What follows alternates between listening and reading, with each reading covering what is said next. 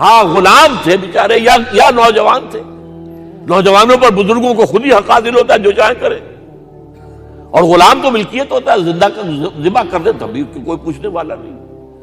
تو جو بیت رہی تھی بلال پر, ابو فقیہ پر, زنیرہ پر, جو ان پر بیت رہی تھی, جو خباب پر بیت رہی تھی, جس طرح ہلاک کیا گیا ہے حضرت سمیہ کو, حضرت یاسر کو, یہ ساری تکلیفیں انہیں بھی تھی. لیکن کیا اس کا یہ بالواسطہ ایذا محمد کے لیے نہیں تھا صلی اللہ علیہ وسلم. آپ کے ساتھی, آپ کے جانثار, لیکن آپ ان سے بھی کیا کہیں, فصبروا فصبروا فصبروا. جب ابو جہل بدترین ٹارچر کر رہا تھا حضرت سمیہ اور حضرت یاسر کو رضی اللہ تعالی عنہما, آپ کے علم میں ہے کیسی کیسی ٹارچر کی ہے. جوان بیٹے کو باندھ دیا ایک ستون کے ساتھ, اس کی نگاہوں کے سامنے برہنہ کیا ہے ماں کو.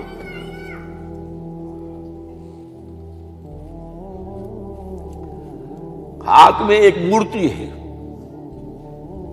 جب تنگ آ گیا, ستا کر تنگ کر کے مار مار کے حضرت سمیہ ٹس سے مس نہیں ہو رہی. کہتا ہے تم ایک دفعہ کہہ دو سمیہ کہ ہاں اس مورتی میں بھی کچھ ہے, میں تمہیں چھوڑ دوں گا. انہوں نے تھوک دیا, برچھا مارا ہے شرمگاہ کے اندر.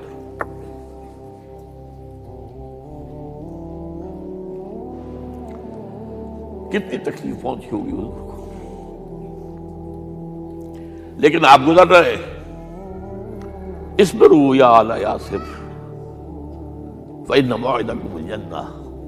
اے یاسر کے گھر والوں صبر کرو, تمہارے استقبال کی تیاریاں ہو رہی ہیں جنت. یہ سیرت کوئی بلاتا سناتا ہے, یہ سیرت. یاسر کے ساتھ کیا کیا ہے, 4 اونٹ نر سانڈ, اور ان کے ساتھ رسے باندھ کر ایک رسے سے ان کا ایک بازو باندھا, ایک سے دوسرا بازو, ایک سے ایک ٹانگ, دوسرے سے دوسری ٹانگ. انہیں دوڑایا ہے کہ پرکھتے اڑ جیسے قسم کے.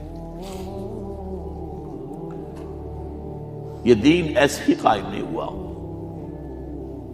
عدل و انصاف کا نظام ٹھنڈے ٹھنڈے قائم نہیں ہوتا, گھر میں آرام سے بیٹھے ہوئے قائم نہیں ہوتا. اور سنیے, 3 برس شیب بنی ہاشم کے تو قید ہے, 3 برس. اور یہاں کی قید پر قیاس نہ کریں. یہاں تو جیل میں کھانے کو ملتا ہے, راشن ملتا ہے, جیسا بھی ملتا تو ہے نا. اور لیڈروں کے لیے تو class A class B class ہے. اب تو ان کا تو لیڈر تو لوگ جب آتے ہیں جیل کاٹ کر معلوم ہوتا ہے کہ شاید کسی صحت افزا مقام سے تشریف لا رہے ہیں. وہاں کیا تھا, ٹوٹل بائیکاٹ. ایک گھاٹی, ادھر پہاڑ ادھر پہاڑ, دونوں طرف جو ہے پہرے, کوئی کھانے پینے کی چیز اندر نہیں جائے گی. اور پورا خاندان بنی ہاشم, وہ بھی کہ جو ایمان نہیں لائے, وہ قبائلی زندگی تھی نا.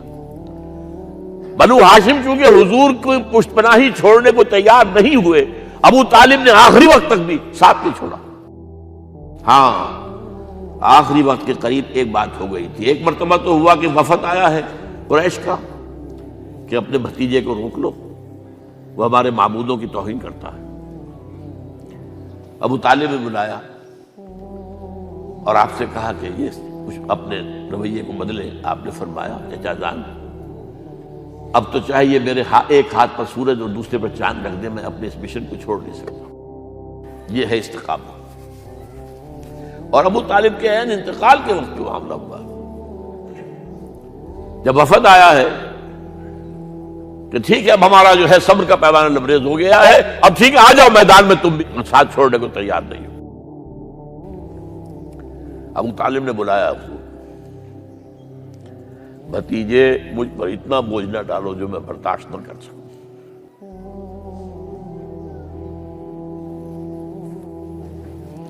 حضور کی آنکھوں میں آنسو آ گئے. چچا جان اب تو یا یہ بات بری ہوگی یا میں اپنے آپ کو ختم کر دوں, اسی میں ختم ہو جائے. بہرحال شیب بنی ہاشم میں 3 برس اس حال میں گزرے ہیں ٹوٹل بائیکاٹ، کوئی کھانے پینے کی نہیں۔ کچھ لوگ تھے شریف النفس، مثلا حکیم بن حزام تھے رضی اللہ تعالیٰ، اور بعد میں ایمان لے آئے۔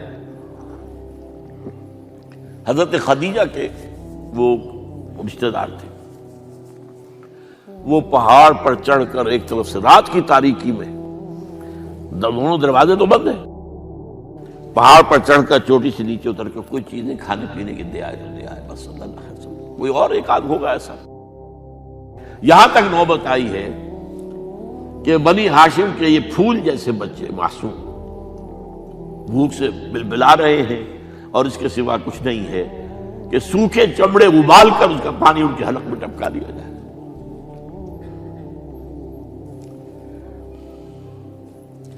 اور جو ہوا وادی طائف میں،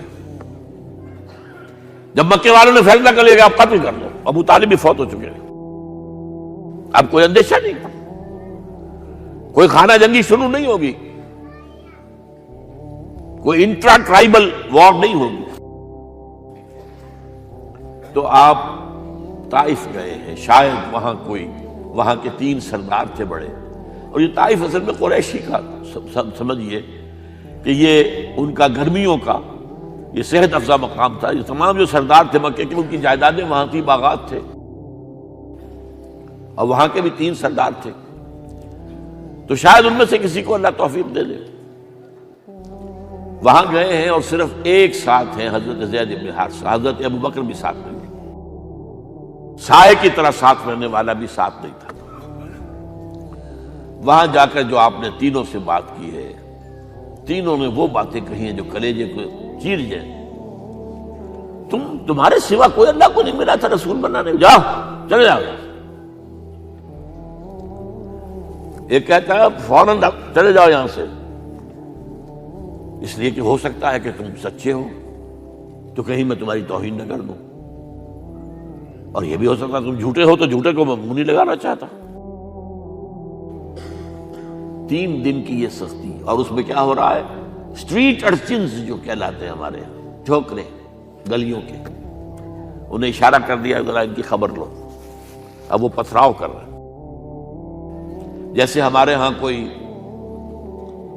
آ جاتا ہے، کوئی نیم پاگل یا کوئی اور کسی طرح کا مست قسم کا آدمی، اور اس کے اوپر چھوکرے چاروں طرف ہوں اور ستا رہے ہوں، یہ نقشہ تھا، اور طائف کی گلیاں تھیں، اور محبوب رب العالمین تھے۔ ادھر سے پتھر آ رہے ہیں تو زید بن حارثہ رکاوٹ بن گئے ہیں، لیکن پیچھے سے آ رہے ہیں، وہ کیسے روکیں گے؟ پیچھے جاتے ہیں تو ادھر سے آ رہے ہیں، جسم لہو لہان ہے، خون رس رس کر زخموں سے جوتیوں میں آ کے جم گیا ہے۔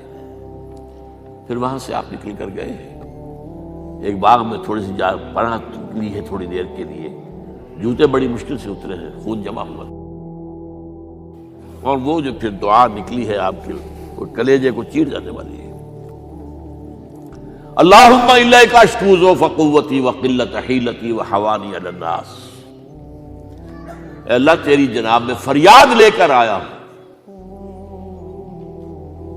اپنی قوت کی کمی کا، اپنے وسائل کی کمی کا، اور لوگوں میں جو رسوائی ہو رہی ہے، الی من تکلنی الی بعید یتجہمنی او الی عدو ملکت امری، مجھے کس کے حوالہ کر دیا ہے، مجھے دشمن کے حوالے کر دیا جو چاہے میرے ساتھ کر گزرے۔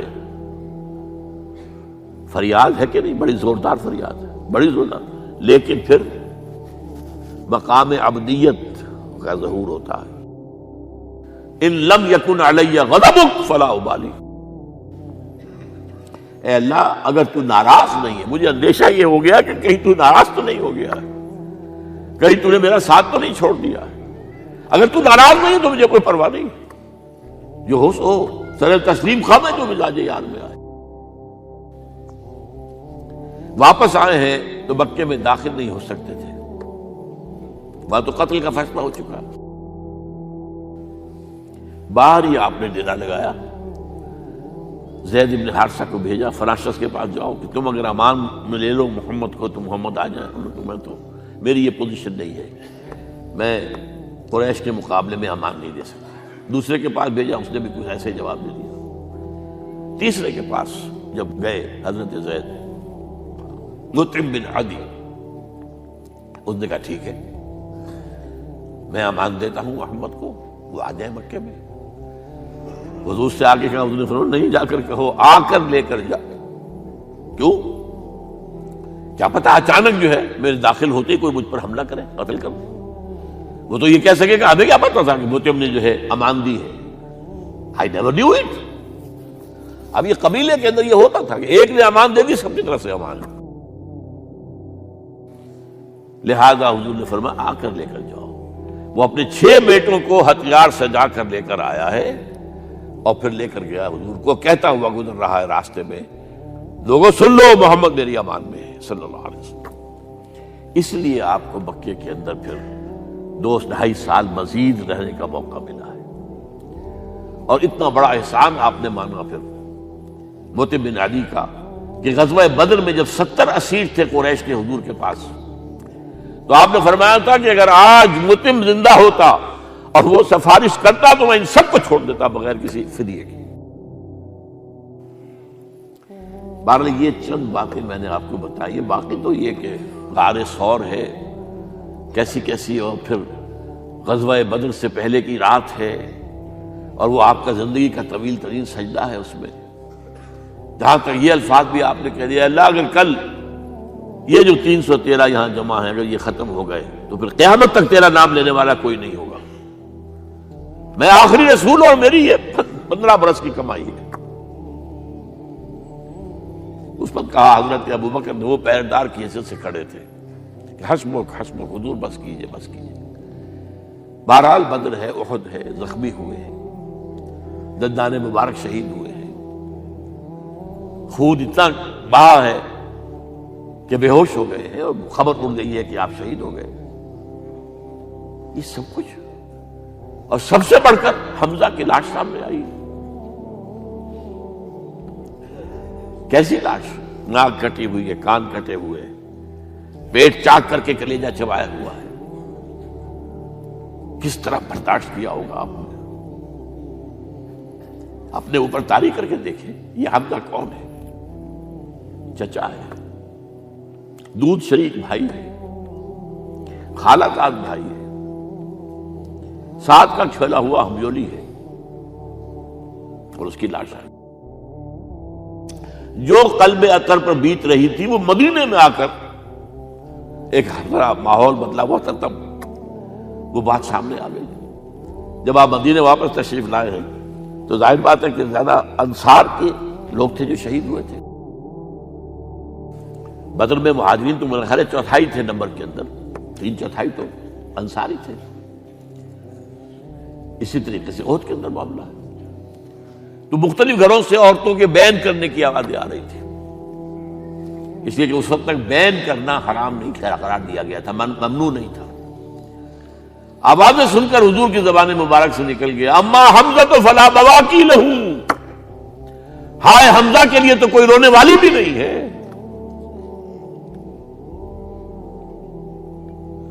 اس پر پھر صحابہ نے، انصار نے اپنے ہاں کی خواتین کو حضرت صفیہ کے ہاں بھیجا، وہ سگی بہن تھی، وہاں انہوں نے جا کے یہ بھی تعزیت کی بہن کی۔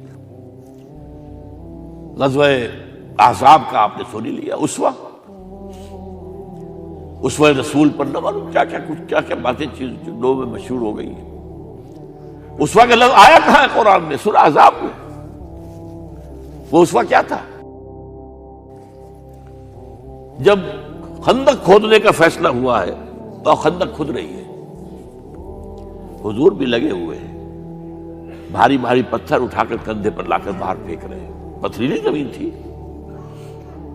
ایک پتھر کسی سے ٹوٹا نہیں تھا، تو حضور نے جو ہے 3 دفعہ جو اس کے اوپر ضرب لگائی تب ٹوٹا ہے۔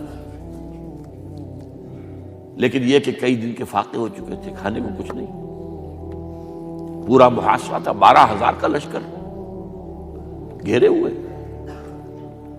یہاں تک کہ آپ کو معلوم ہے کہ گھروں کے اندر بیت الخلا تو نہیں ہوتے، باہر جاتے تھے قضاء، اس کا کوئی امکان نہیں۔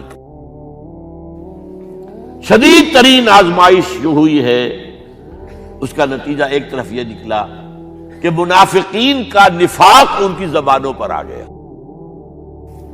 قرآن مجید میں ہے یہ انہی آیات میں، ما وعدنا اللہ ورسولہ الا غرورا، ہمیں تو اللہ اور اس کے رسول نے دھوکہ دے کے مروا دیا۔ ہم سے کہا تھا کہ قیصر و کسریٰ کے خزانے تمہارے قدموں میں آئیں گے، اور حال یہ ہے کہ اب رفع حاجت کے لیے باہر نہیں جا سکتے، کھانے کو کچھ نہیں۔ اس وقت کچھ صحابہ آئے ہیں حضور صلی اللہ علیہ وسلم سے، دیکھیے فاقے سے کمر دوہری ہوئی جا رہی ہے، ہم نے اپنے پیٹوں پر پتھر باندھے ہوئے، چادروں کے ساتھ پتھروں کسا ہوا تاکہ کمر سیدھی رہے۔ حضور نے اپنا کرتا مبارک اٹھا کر دکھایا، 2 پتھر بنے ہوئے۔ یہ ہے اسوہ، یہ ہے آپ کی سنت، آپ کا اسوہ حسنہ۔ لیکن اس اسوہ حسنہ سے فائدہ کون اٹھا سکتا ہے؟ لقد کان لکم فی رسول اللہ اسوۃ حسنۃ لمن کان یرجو اللہ والیوم الآخر وذکر اللہ کثیرا۔ اسوہ تو اپنی جگہ ہے، قرآن میں ہدایت سب کے لیے، ھدی للناس، لیکن فائدہ اٹھائیں گے صرف متقین، ھدی للمتقین ہے سب کے لیے، اسوہ سب کے لیے ہے، لیکن استفادہ وہی کر سکے گا جو 3 شرطیں پوری کرے: اللہ اور یوم آخر پر ایمان، اور اللہ کا ذکر کثرت کے ساتھ کرے۔ بہرحال یہ میں نے آپ کے سامنے اس حوالے سے رکھا ہے، یہ اسوہ جو ہے حضور کا، یہ ہم پر اتمام حجت ہے۔ دیکھیے نوٹ کیجئے، پوری نوع انسانی پر اتمام حجت، اسلام کا نظام عدل اجتماعی جو قائم کر کے دکھا دیا، حجت قائم، اسے انگریزی میں کہتے ہیں اٹس ڈویبل، کیا جا سکتا ہے، یہ کام ہو سکتا ہے، اس لیے کہ زمین پر قدم بہ قدم چل کر یہ انقلاب آیا، محنت سے آیا، مشقت سے آیا، ایثار سے آیا، قربانیوں سے آیا، تکلیفیں جھیل کر آیا، صبر و مصابرت سے آیا، استقامت و مقاومت سے آیا۔ یہاں پر معجزوں کی کار فرمائی نہ ہونے کے برابر ہے۔ یہاں دھوپ سے بچانے کے لیے کوئی اللہ نے صاحبان نہیں دیا، ظل اللہ علیکم الغمام، اور بھوک سے بچانے کے لیے من و سلوہ نازل نہیں ہوئے۔ غزوہ تبوک میں ایسا بھی ہوا ہے کہ 3 مجاہدین کا 24 گھنٹے کا راشن ایک کھجور، ایک نے منہ میں رکھی، کچھ چوس لی، کچھ گلوکوز چلا گیا اس میں سے، دوسرے کو دے دی، اس نے چوس لی، پھر تیسرے کو دے دی۔ من و سلوہ نازل نہیں ہوئے۔ محنت، مشقت، ایثار، قربانی، صبر، مصابرت، استقامت، مقاومت، یہ ہے اسوہ رسول۔ ملے خاک میں اہل شان کیسے کیسے، مکی ہو گئے لا مکاں کیسے کیسے، ہوئے نامور بے نشان کیسے کیسے، زمیں کھا گئی نوجوان کیسے کیسے، جگہ جی لگانے کی دنیا نہیں ہے، یہ عبرت کی جا ہے تماشا